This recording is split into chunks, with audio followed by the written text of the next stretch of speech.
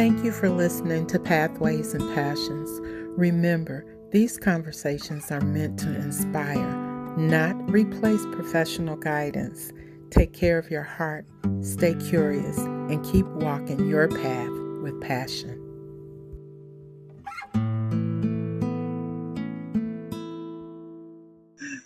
Welcome to Pathways and Passions. Talk about everything relationships and intimacy. And I want to welcome Gail S. Turner Day as my first guest. Thank you so much, Gail, for being here, for talking with us. Let me tell you guys a little bit about Gail. Gail is a licensed MSW and a licensed clinical social worker. She received her MSW from the University of Chicago, Jane Addams School of Social Work.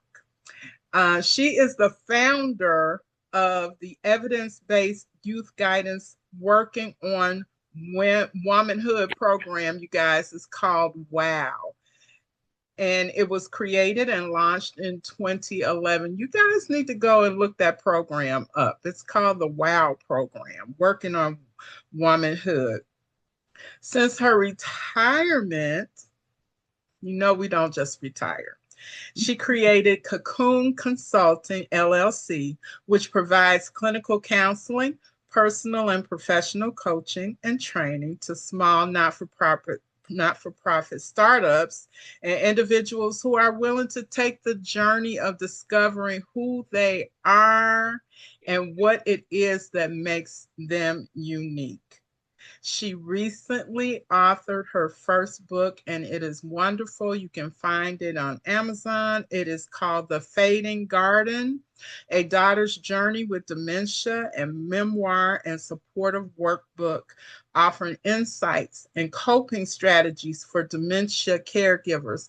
And I want to step outside of the box and say that it's not just for those who are taking care of their dementia parents or siblings, or it is actually filled with skills and coping skills that can actually help you when you are going through a stressful period. Building on her commitment to support both caregivers and the next generation, she also created a 501c3 called 360 Achievement Scholarship, which provides financial assistance to young women transitioning from high school to college or technical schools. And that is so important. She is a member of Delta Sigma Theta. And I want to welcome you again, Gail, to Pathways and Passions. Thank you so much for joining us. Thank you so much, Marcia, for inviting me. You are welcome. It is such a privilege. It's a privilege for me.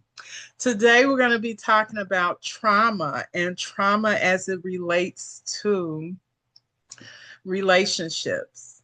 So, if you could, before we get to that, I do have a question. So, Gail, tell us why you chose Cocoon Consulting as your business. Why did you name your business Cocoon Okay. Consulting?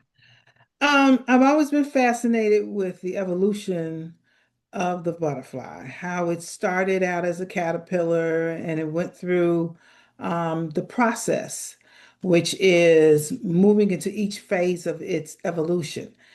And there was a story about a little boy that saw a caterpillar that was going through that process, but he seemed to come across the butterfly when he was going through the cocooning process, which is that middle part where they're struggling to continue that evolution and take flight, from the cocoon itself. And he saw the butterfly, just struggling, one wing out. And he said, he felt so sorry for it, because it was struggling so hard. He decided what he was going to do was to take, help him out, help the butterfly out and pull the wing out. And while he thought he was helping the butterfly, the moving into its evolution and taking flight, he was crippling it. Because if you don't allow the concluding process to take hold of itself, if you don't allow that caterpillar to go through that cocooning process where there is a struggle and learning how to get through that struggle on Mhm. their own, if you don't allow that to happen, they become crippled and they can't take flight. So that butterfly never was able to take flight. And I thought about that story and I thought about the clients that I work with, that they come to me in that cocooning process. They're struggling.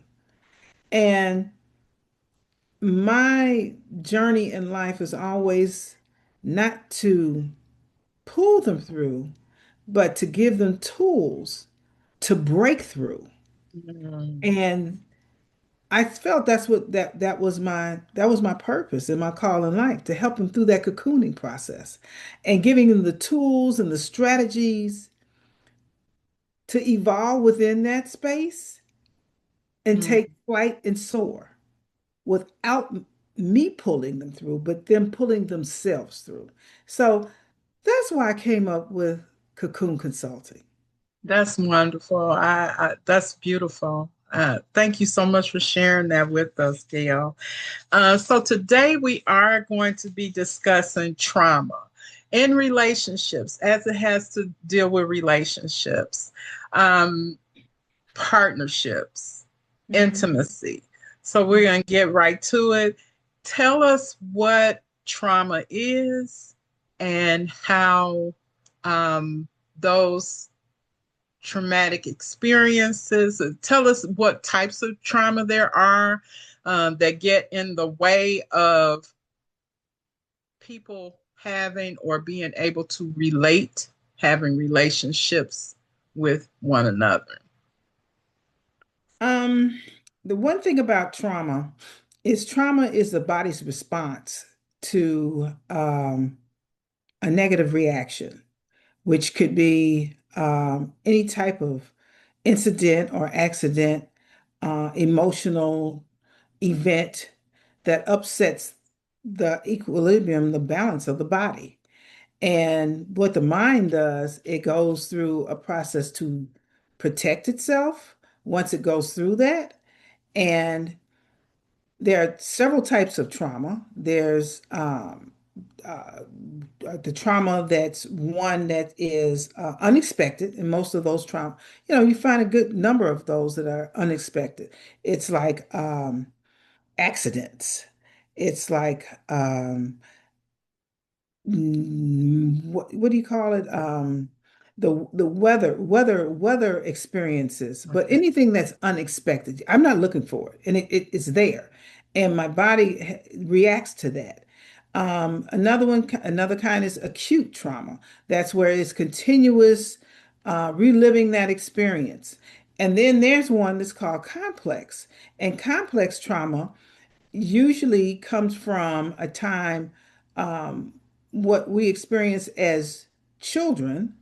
And that's why I want to really lean on, because of your book and what you're talking about, is experiences that we have as children growing up.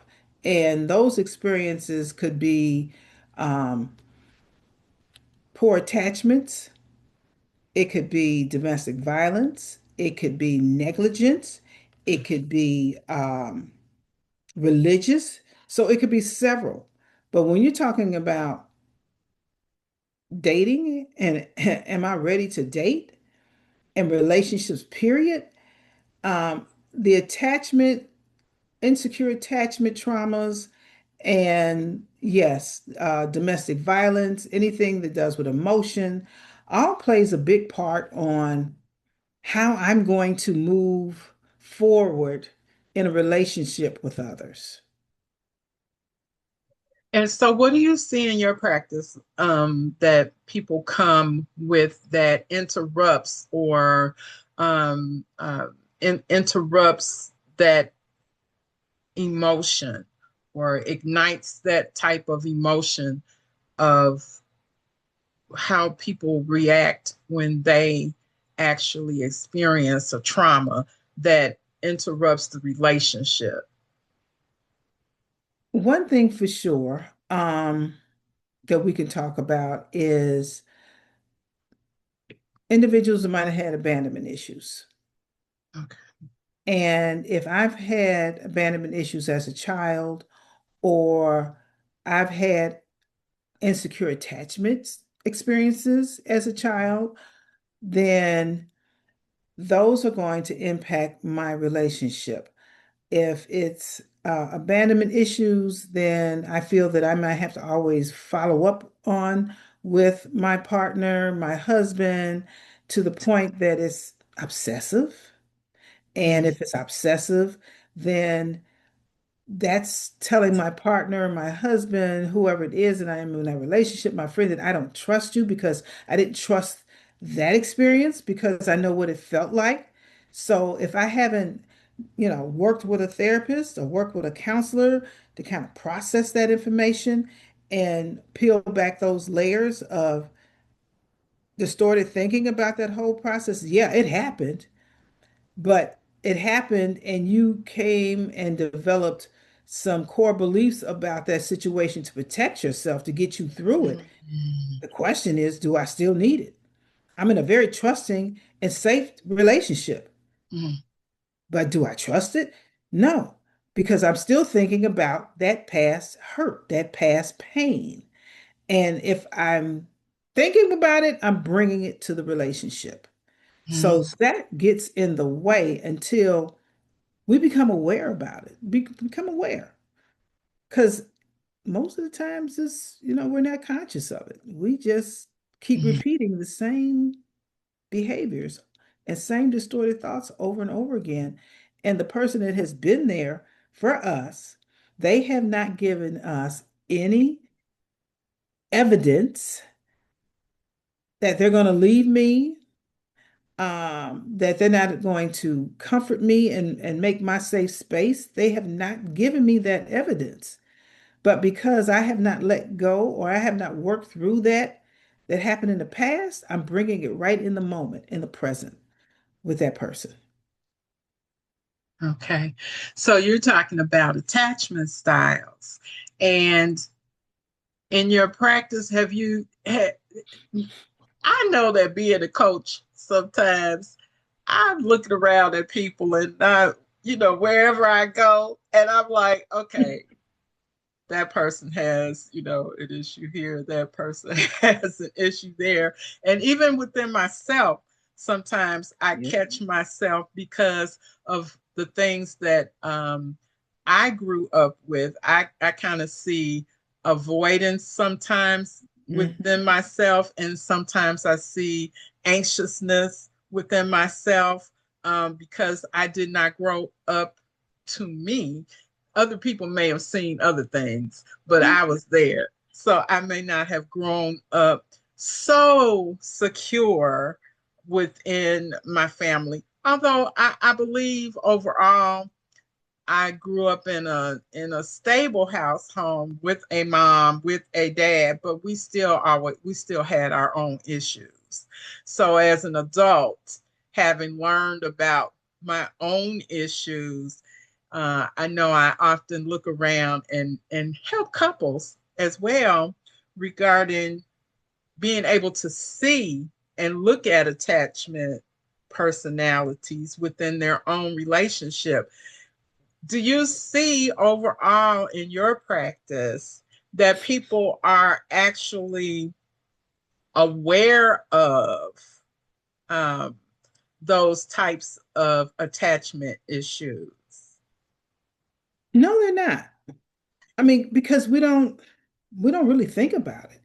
Um, and that's why we keep repeating it. Often, sometimes we hear people say, "Well, I don't need any help. I can figure this out myself." But when one wants to understand and wants to stop the cycle, you have to go to someone to be a mediator to help you think through that process, to help you ask questions that will help you think about, man, I did that.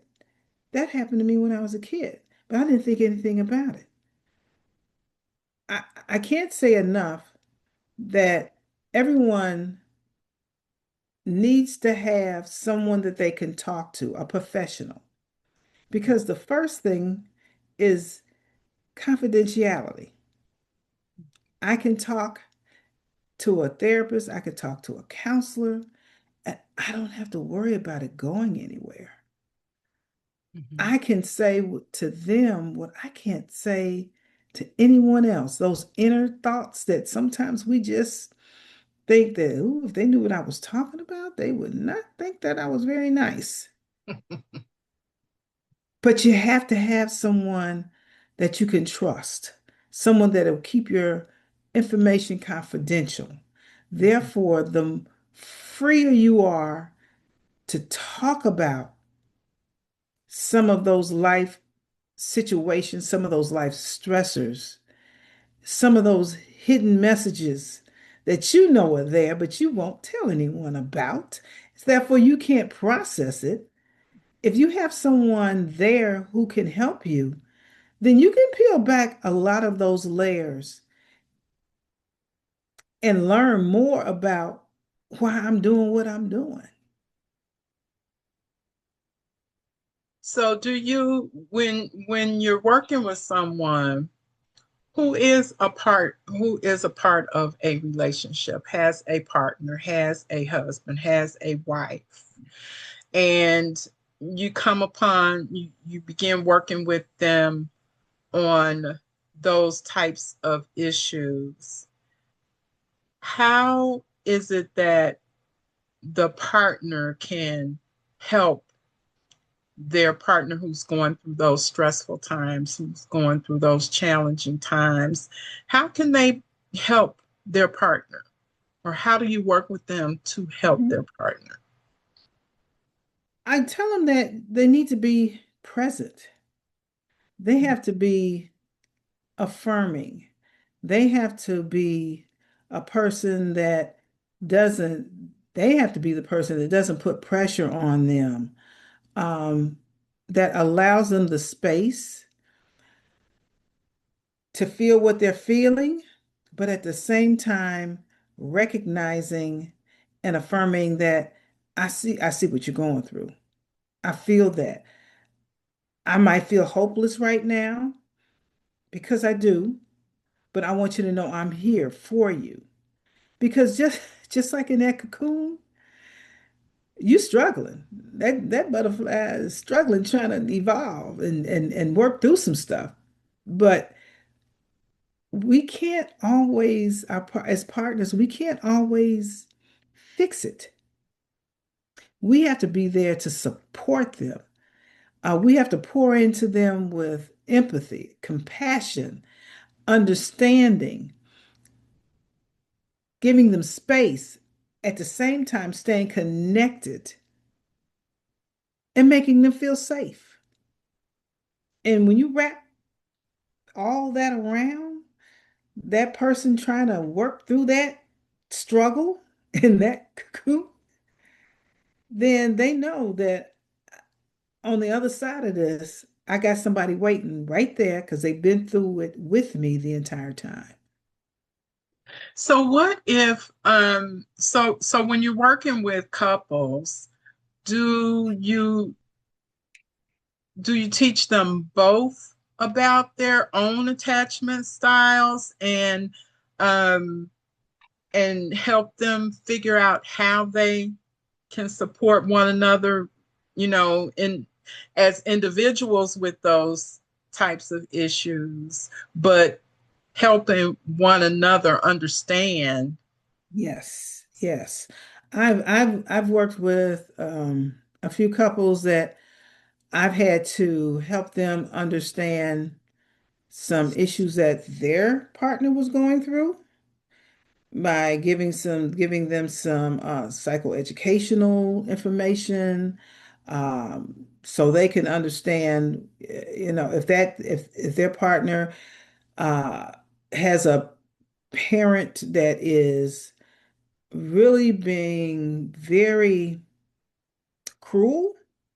The emotions are not in alignment with the relationship between, a daughter and a mother, or a mother and a son, and find out that it goes back to Mm, a relationship that the parent might have had with the other parent, and there's that transference, helping their partner understand this is what they're going through. So I need you to be that person that reaffirms them in that area, in that category. Instead of lashing out, saying what they can't do, let's try to be a little bit more strength-based. mm, Let's talk more about I affirm what you are doing. I understand, you're doing this for me, this for the family, but at the same time, I still need to hold you accountable. Because, mm, even in all relationships, there's accountability.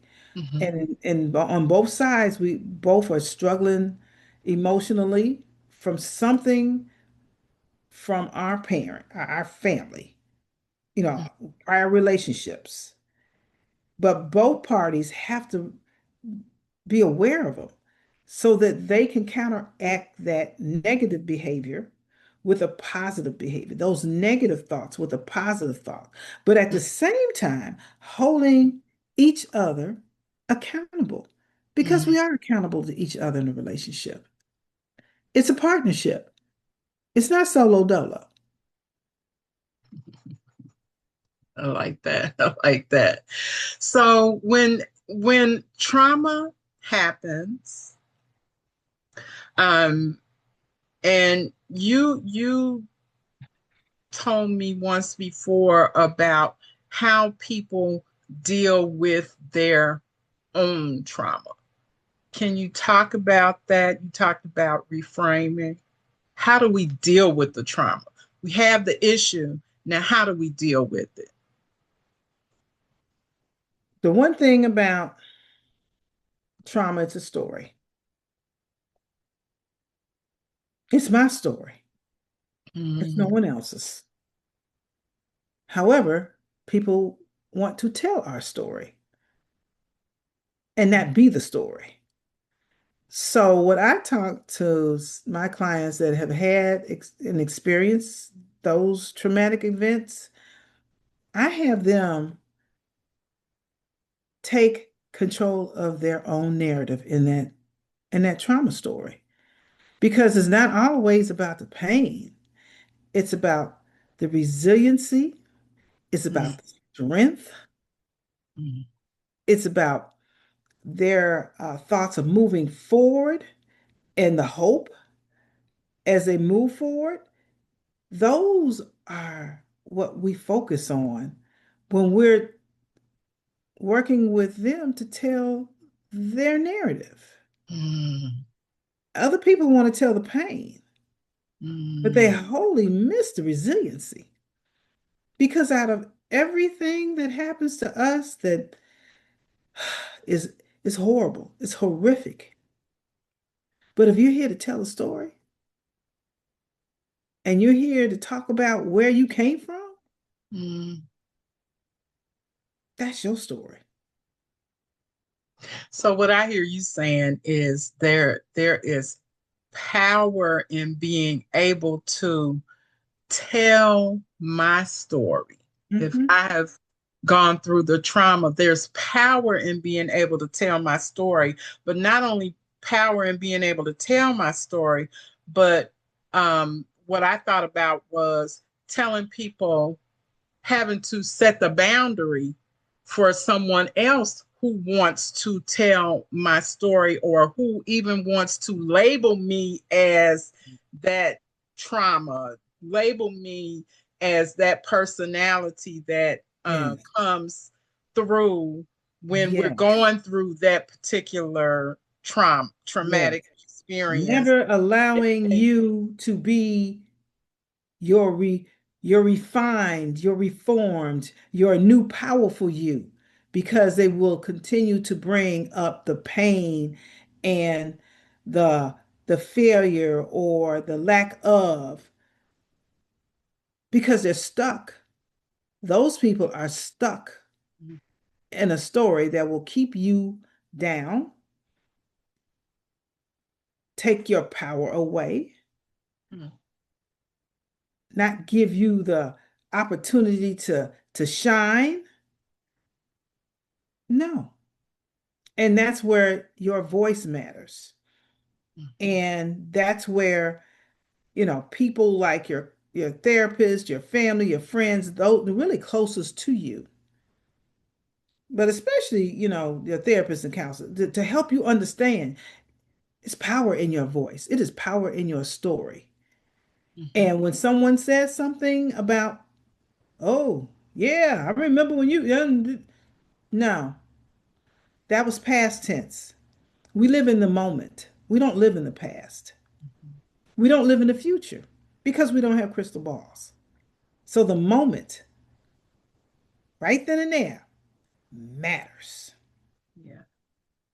And I think that is so important that we be able to express where we are and express and tell and put our boundaries up to Yes. people who cannot accept who we are, because not everyone, and then we have to remember and that not everyone can go on the journey that we're going on. They can't come along with us. And sometimes it's because they cannot leave who we were in the past. Mhm. But that's not our that has nothing to do with what we're not responsible for who they are, what they believe, what they even believe about us. Right.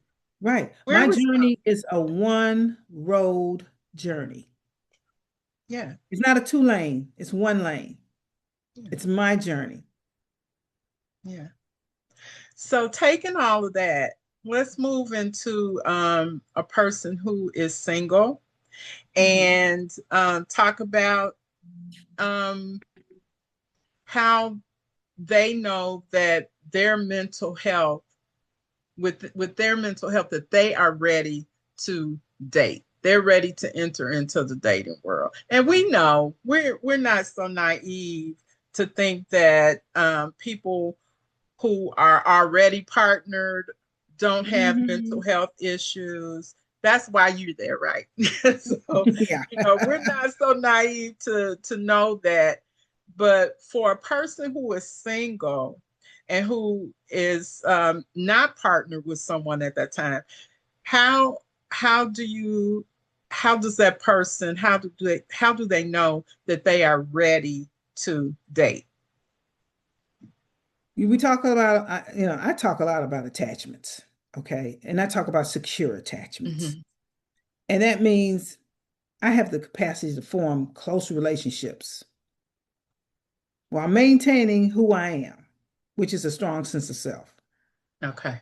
Therefore, I think you know, if to know if I'm ready to date, I have to know that I do have secure attachments. And what does that mean? Can I can I regulate my emotions? Which means I think we might have talked about this before. Can I self-soothe when I feel rejected and uncertain? Mm.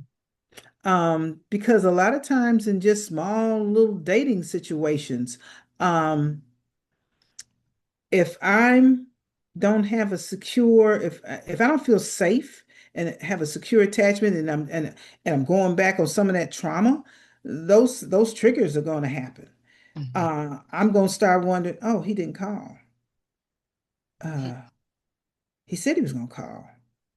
They said they want to send a text. And those very small nuances of, starting to date at, dating. But we can blow those up. They can be in overdrive if we have not developed secure attachments. And if we don't understand what that is and where am I in that spectrum.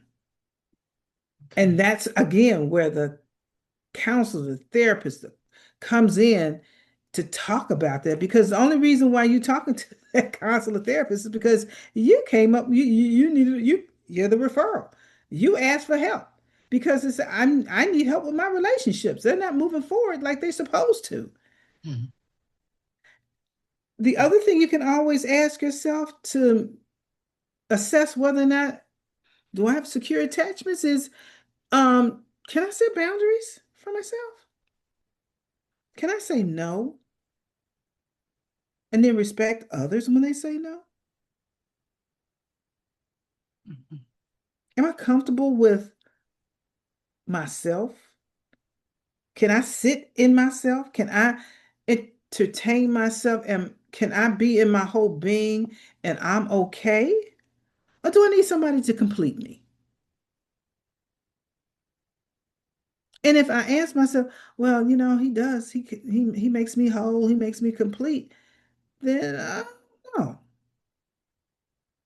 Because do you want somebody to connect with you, or do you want somebody to rescue you? Mm. So for being single, you I think it's very important that you do know what type of attachments that you have internalized, that you have experienced, and that you are not aware of. Because that whole thing about emotional awareness, I call it attachment awareness. If you don't know what you need, what you expect, then how are you going to know what to look for? Can you talk about a little bit about? I know that um, for me, I always think about when we're healing from something. Yes, we may heal, but I think that healing is a journey. I look at healing as being a journey Mhm. because I believe that what happens is sometimes those triggers Mhm. come back. Can you talk about the healing process and the triggers? Well, I'm gonna be honest with you. Healing is a process, which means you're gonna always get a trigger. I tell my clients, life is not perfect, and nothing is 100%. Um, but what I want you to be is aware. Awareness is the foundation. It's the core. If you're aware of your triggers, if you understand that because of this past experience I had, because he never showed up, I was always calling in, telling me, oh, I fell asleep. Oh, I did this. Oh, I thought I had the right to, if this is constant and as a single woman, then you just gonna carry that in to you when unexpectedly that person is the person that's been sent to you. But if you carrying that and you haven't healed from that and you haven't talked through that to understand, like, why do I keep Mm, going with the same person? They look the same. They look different, but it's the same stuff. Well, then no. There are some differences there. There are some expectations there that you haven't really addressed. There are some underlying issues there that you haven't addressed, that you haven't peeled that layer back from. So you don't know. So you don't have the awareness. You don't have the awareness whether it's a red flag. mm, Like, oh, I mm, remember when such and such did that to me, and it was the same situation. hmm. And I felt the same kind of way I'm feeling now. Oh, I think I'm gonna back off of this. But that's an awareness. But if you ain't thought nothing about it, if you have not reflected on it by yourself, or you not have Mm. reflected or talked to it with someone else, then you just gonna keep doing the same thing over and over again. You know, Yeah. I think that we as individuals must always have that reflective moment. I think that because this is life, we're in life. things happen. But they said we life. They said, what? I said, what did they say? We're lifing. Yes. Yeah, we are lifing. And a part of lifing is having to self reflect. Hmm. And as you say, if I'm constantly being even approached by the same type of person who does not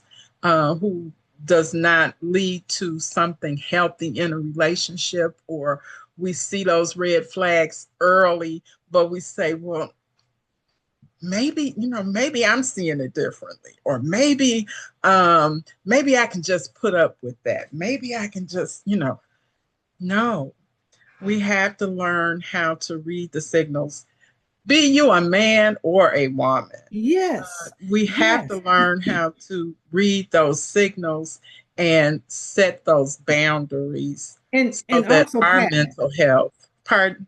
And also patterns because they're Mhm, reoccurring patterns. mhm, And sometimes we are not aware of the pattern. Um, Example, I working through with something with someone, and we discovered that the individuals that I date that are older than me, we seem to, those kind of worked out. But the ones that were my age, all these things always occurred. And the question was, what's the pattern here? mm. What is the pattern? Because we do have patterns, Yes, but it's us to be able to recognize them yes. and reflect on them and move forward with a change of action. Knowing that we can, That you because as can, you say, because you some can. people get stuck after having experienced different types of trauma. They get stuck and they don't even know. Mm-mm. Sometimes we don't know. No. But we do have that power. Okay. So what mental health factors most influence, and yeah, y'all, we just gonna go there, right? What mental health factors most influence sexual desire and connection? Well, as they say, the number one, um, stress and anxiety. I read somewhere that the thing about anxiety, and you're talking about trauma, and this, like fight, flight, if you get up against the wall, you're gonna duke it out or you're gonna run. And what happens is that when someone is in stressful and high anxiety situations, Mhm. you sure shut down. So that gets in the way. That gets in the way of desire, and that gets in the way of connection. Um, Safety, emotional safety, and attachment gets in the way. Um, I've heard that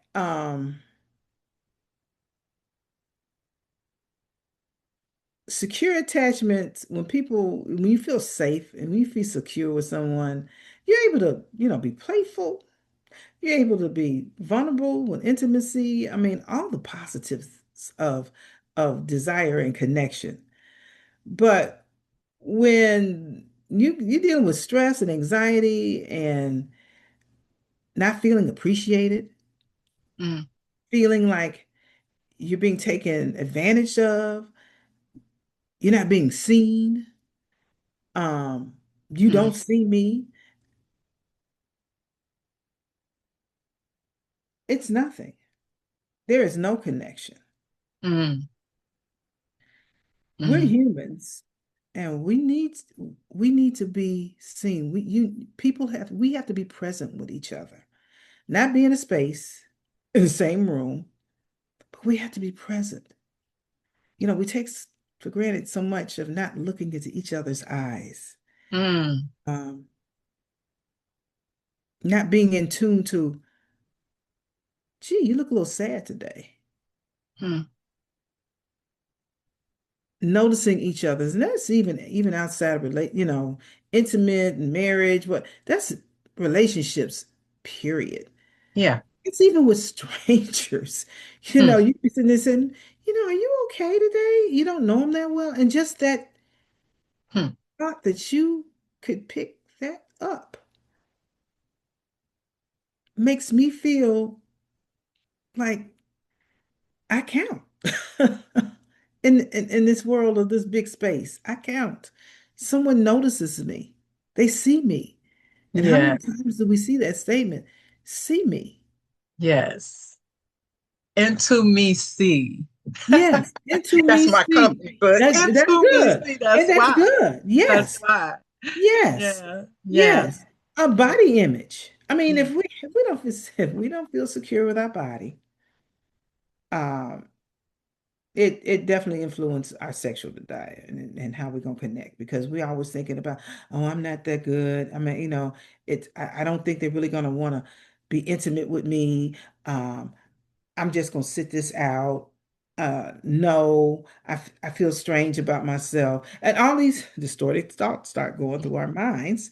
And then, of course, and with distorted thinking, thinking with that cognitive behavioral therapy, thinking is connected to how your emotions and then how your behavior. So if that's what you're thinking, your emotions are gonna start like, I'm just gonna start getting depressed, and you're gonna start saying like, never mind. So then, in Um, essence, we start telling ourselves a different story. Oh, a whole different story. A whole We different start telling story our, that we do not have the facts on. It's an assumption because it's a thought. A thought is nothing but a thought. But we didn't put so much validation in it. We haven't even validated it. We haven't, like checked it out. We haven't, said, is this true? Did you experience this before?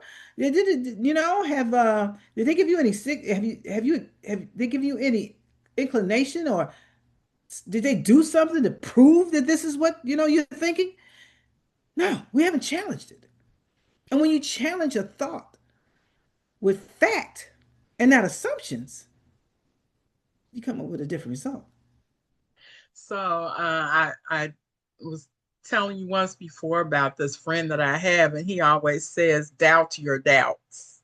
So Hmm. the story that we begin to tell ourselves, the negative stories that we begin to tell ourselves, we need to check ourselves Yes, and we need to start telling a different story. for sure. For sure. A story that is going to move us into a space of positive mental health. Mm, mm, And mm, it takes so much time. It takes so much practice. It can't happen overnight. And you have to mm. have grace. Because again, I tell all my clients, I am not going to tell you that you are not going to have another negative thought because you have arrived. I will never tell you that. But I'm going to help you be aware of when they're kind of slipping in and what you can do and how you can reframe that thought to slip it out. I like that. I like the fact that we need to recognize that we do not give ourselves enough grace and space to become better and Better. to become better. Yes. Yeah, Not perfect, but not better. but better. Yeah, thank you. So, what are some healthy ways that people can keep intimacy alive during high stress periods? Oh, nothing hurts with a hug. Okay. You know, hugs are, people just don't know how much a hug can do for people. But, I'd say hugs, um, I, I I like to call them micro moments of closeness. And that's what Okay. hugs, I think hugs are. Holding hands, that soft hand on the shoulder, that soft touch, um, asking about how you doing today? Or even not how you, and when I mean how are you doing today, I don't mean about your job. I'm asking you, how Mm. you doing today? How's your heart feeling? You know, how, you know, Mm. what can I do for you today? Those kind of statements, um, exercising together, maybe going off for a walk, Mm. like, and just holding hands. You don't see a whole, I really love it when I see individuals holding hands, Me too. especially my elder couples. When I see them Me out too. there holding hands, it's like that's a lifelong of compassion. That's a lifelong of intimacy. To Yes. see them out there and they're still holding hands. Yes, yes, I love it too. What I like about what you just summarized is you not only gave physical touch, but you gave emotional touch because some people are not tactile. They don't like all that touchy, feely kind of stuff. But to be able to ask someone, how are you feeling today? Or like you said, how's your heart today? That, that's a good balance. So I like those. The Gottmans who have done the research, who have the Love Lab, they tell couples that touch is number one. And so they suggest like a 6 minute, not 6 minutes, 6 second kiss. six Okay. minutes, that's a long, that's a That's a makeout. long kiss. That's a makeout section, but session. But they suggest that couples before they leave one another and when they come back and greet one another, that they give each other a 6 second kiss. And the research has proven that touch above all is really does help to improve intimacy all over. And think about it. When you first meet somebody, you Yeah. can hardly stop wanting to even think about them, touch them, kiss, Mm-hmm. Mm-hmm. rub on them. Mm-hmm. You know, Mm-hmm. you don't want to stop doing that. But No, it seems like sometimes we become so when we partner up, sometimes we become so complacent. that's it. Just Each just other for too granted. complacent. Taking it. Not to give those touchy feelings, questions, Mhm. as we continue on our journey together. So Practice, I like practice that. what you continue to practice what you did in the beginning Yes, and yes, maintain it. yeah, Because just because you did it to get me, you yeah. have to maintain me. Now, what about when you get upset with your partner? Because let's face it, we're not naive to think that we're not going to get upset with our No. partners. Yeah. But so what about when you get upset with your partner? How do you rectify that? How that intimacy when after the stress? You know, my mom always she gave me this little rule. She said, never go to bed angry. She said you need to make up, but don't go to sleep being angry because you never know what might happen. So in those moments when you're angry with each other, the best thing you can do, we've talked about this already, is I call it the escape. You're angry, and what you should do is you should say, hey, you know what? This is not going anywhere.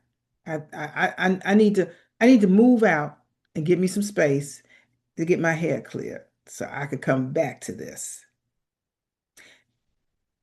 That's what I call the escape to conflict because you don't want you to get emotionally charged. Say something that you can't take back because it stays forever.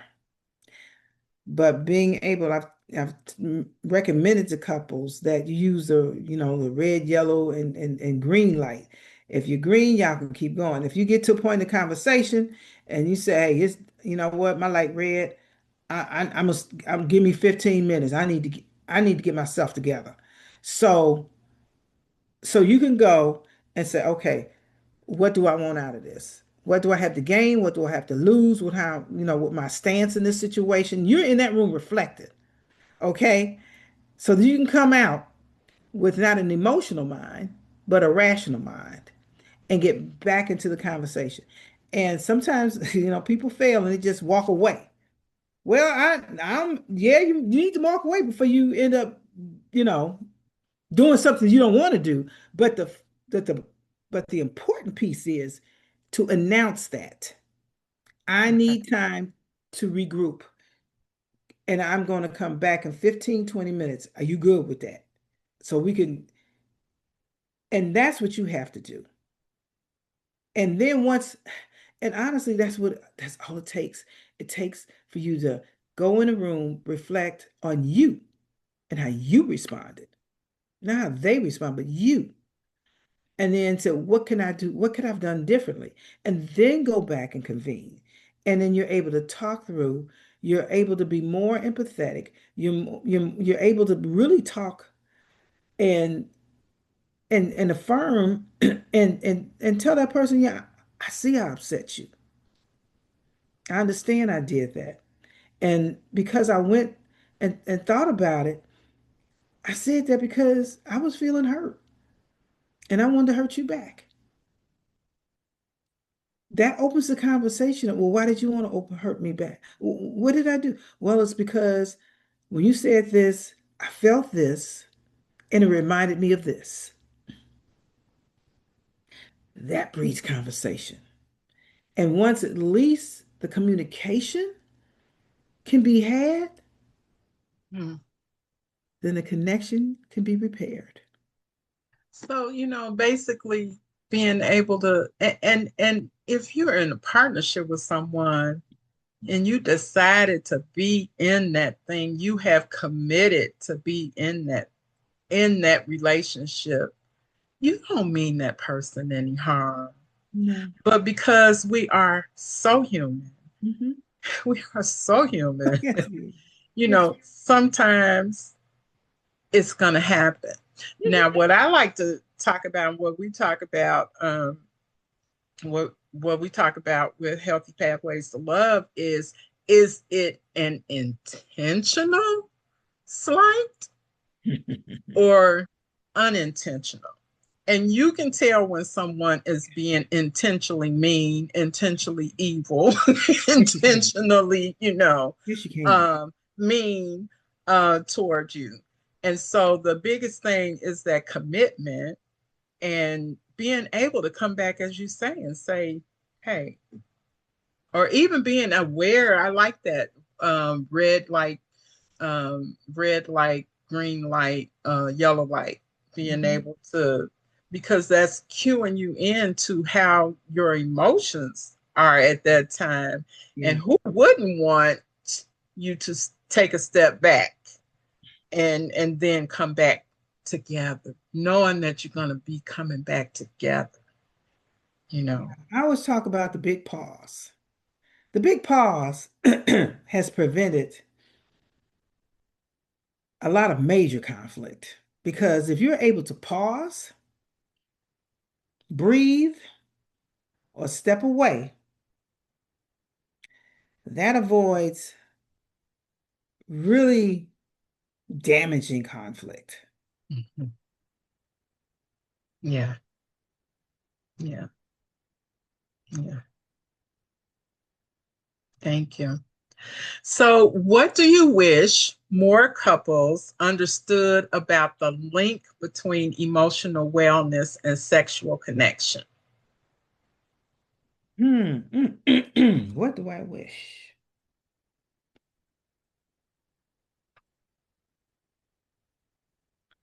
I wish that individuals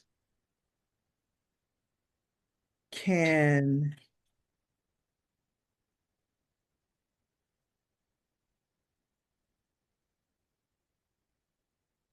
understand that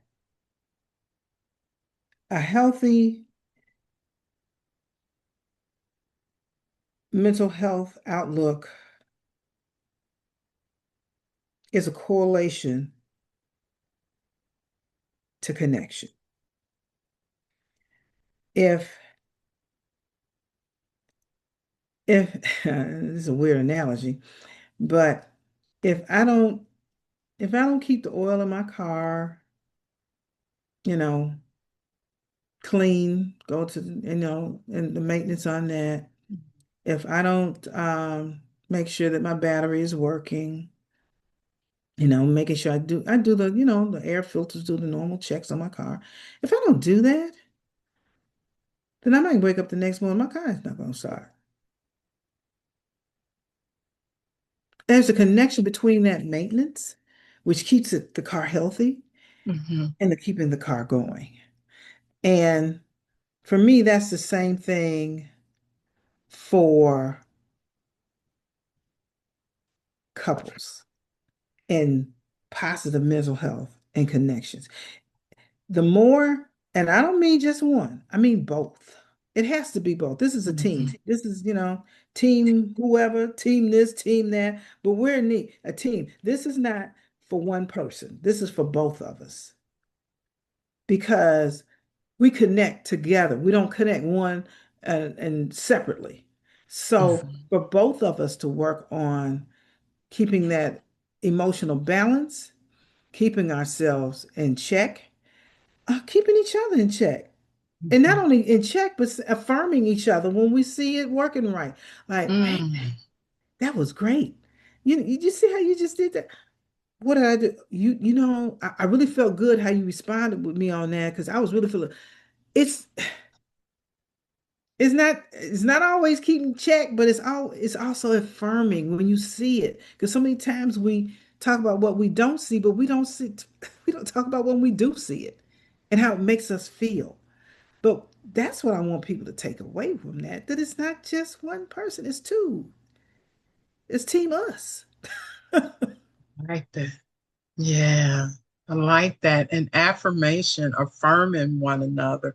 Because who doesn't want a partner who has your back? And that's the part of having your back. Knowing that my partner is proud of me, knowing that I did something, knowing, that growth has occurred not only in me, but in the two of us, but that you see that I'm trying, you Yes. see it, I'm making the effort. You see that my behavior is changing. So I Yes. need that affirmation. Yes. Women for your man.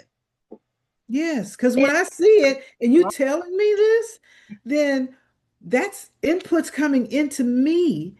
And that whole connect that those inputs are connected to my emotions. And my emotions like, man, oh gee, I feel really good about that. Oh, yes. I Yeah. want to Give smile me a like this. hug. Give me a hug. I want to be able to smile like this, Yes. for my person. Yes, indeed. Yes. Yeah, I like that. So we talked about some, but do you have any other ideas about how can singles and couples build mental resilience together? You've given some of those. Are there any others that you'd like to add? Um, Are you a proponent of are you a proponent of couples retreats or yeah. anything like Yes. that? Oh, oh, oh, yes. Yeah. Yeah. I haven't mentioned that because I love capital retreats. I do. And yeah, couple retreats is a time that you can get away and you can be in the same space with other couples. Um, it's they have not only getting away, but for those that are involved in, their churches or other community organizations, that have these little special events for couples, you know, those that's another way because it's something about being in a space with other couples Okay. and listening and it's like, gee, I'm not alone, man. It's a learning, it's inputs that are coming in. It's giving and receiving, and then listening to other stories and connecting and finding out I'm not so different than we're not so different than everybody else. Mhm. No, we're not. It's just how we work to get through it, and we're always in our relationship, we always want to be curious on how to level up. Level up, level up.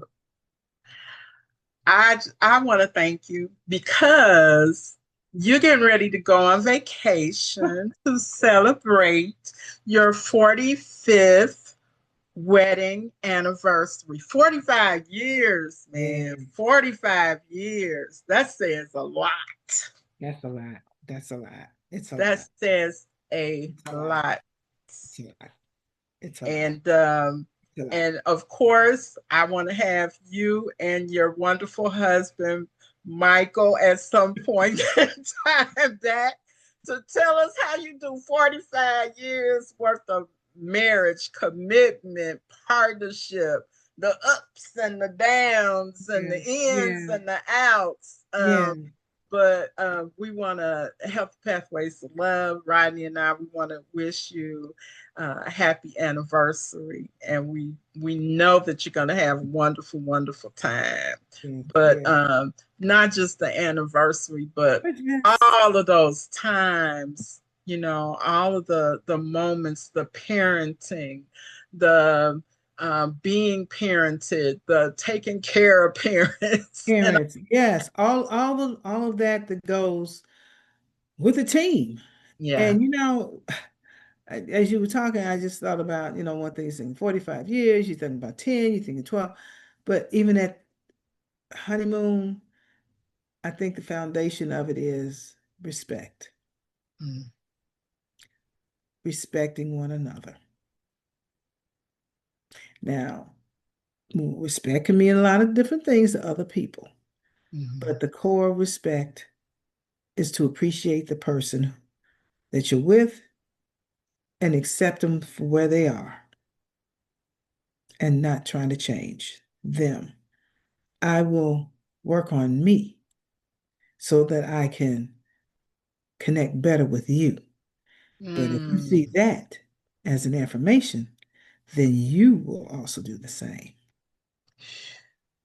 Mm, thank you so much. I want to thank you.